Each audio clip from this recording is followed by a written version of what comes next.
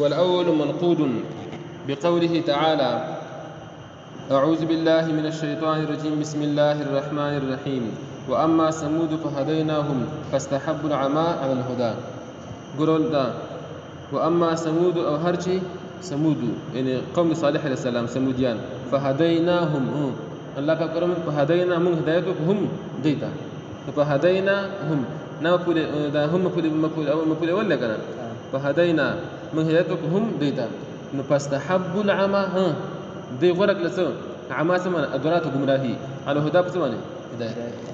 لو اول ما سبتو ګور د متزله وکړه هغه چې دک سوري دي ایصال پک شرط ایصال پک سره شرط دی نو ګور چې الله پاک فرمایي چې موږ ته هدایت وکړو او هغه به گمراهي غورکله نو ګور چې ځل کله اصول وشي نو بیا څنګه متصور فند پېښوي لأن الله لم پېښوي ف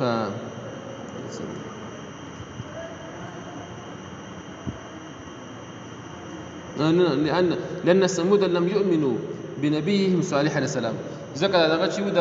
ثمودیان د ایمان وروړي چې باندې خپل پیغمبر باندې هغه صالح السلام فکر پکې کار نه فکر شته ثمودیان ایمان وروړي نو ګور مته ته هدایت شوی وو ابي ګمراهي غوړکله ګور شارف سودا وبجه منظم وي اذ لا يتصور دلاتو ځکه نو تصور کیږي څه ګمراهي بعد الوصول الى الحق رسل سن رسیدونه حق ته چې حق ته سره ذل ورسي به خود ګمراهي متصور نه وسره پېښ کنه شو ها لا يتصور ضلاله متصور د ګمراهي بعد الوصول الى الحق پس وصول ته حق ته پېښ په ثمود خاصه پس مدل خاصه فإن أكثرهم ذکر د اکثر چې لم يؤمنوا بنبيهم صالح عليه السلام او خپل پیغمبر باندې ایمان نو راوړي چې صالح عليه السلام پېښوي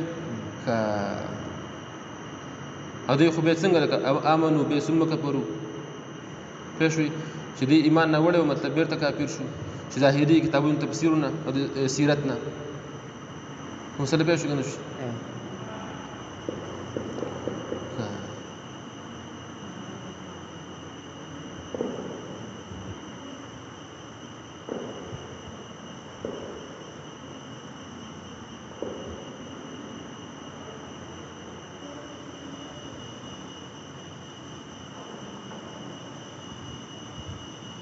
فبدأ اعتراض وردي كان محشي اعتراض نقل كلمات وقوله وتويا كان لا يتصور الضلالة بعد الوصول إلى الحق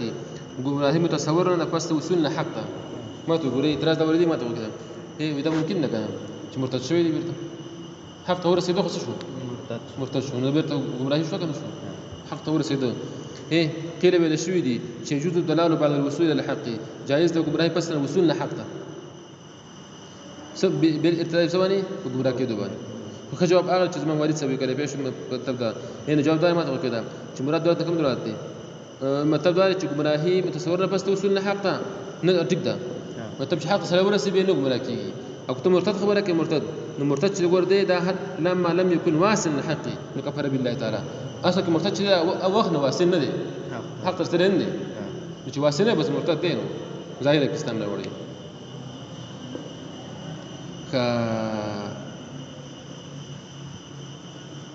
بل دا اصل کې استقامت خبره خدا کنه سره استقامت مسلمان څه کوي چې مطلب سنه سم متبوليمي پېښوي خو مقام رسول الله سره برته مرتد شنو عز بالله مسله پېښوي کنه ظاهر کې متبع علم می دغه پېښوي دغه ګوره خود ګوره زما چې قد يسير رجل واسر لله تعالى عارف بالحق کله کله سي چې دغه دا پېښوي یو سړی عارف بالله او واسر الله پاک تعارف بالله ګوره هغه مرتد وګرځي عز بالله وقد شاهدنا ذلك دا هو مشاهده کله موږ فکر دې کنه نو لا تصور دلالة بعد الوصول الحق وثاني منقود هذا دائما مذهب شيء بيش اقول اسمه قراءة الطريق قراءة الطريق بيش منقود بقوله تعالى بدي قول الله تعالى باني عشان لا فاك ما يقول شيء اعوذ بالله من الشيطان الرجيم انك بشك تأذن لا تهدي هدايته انك يعني هدايه نشك ولا منهجك احوال تيخو خي نقول حالانکه دلته نبی اسمه بن خدغه شو هدایت نه بشو کنه حالانکه دا مرکار مشغله څه ده هدایت الطريق د لار کې خلق ده هدایت کې ايه فإن النبي صلى الله عليه وسلم ذكر النبي صلى الله عليه وسلم كان شانه إرادة الطريق عندما شان سو قراءة لار خذلو کنه ولا غیر رأينا دغنو هادینو خلقو ته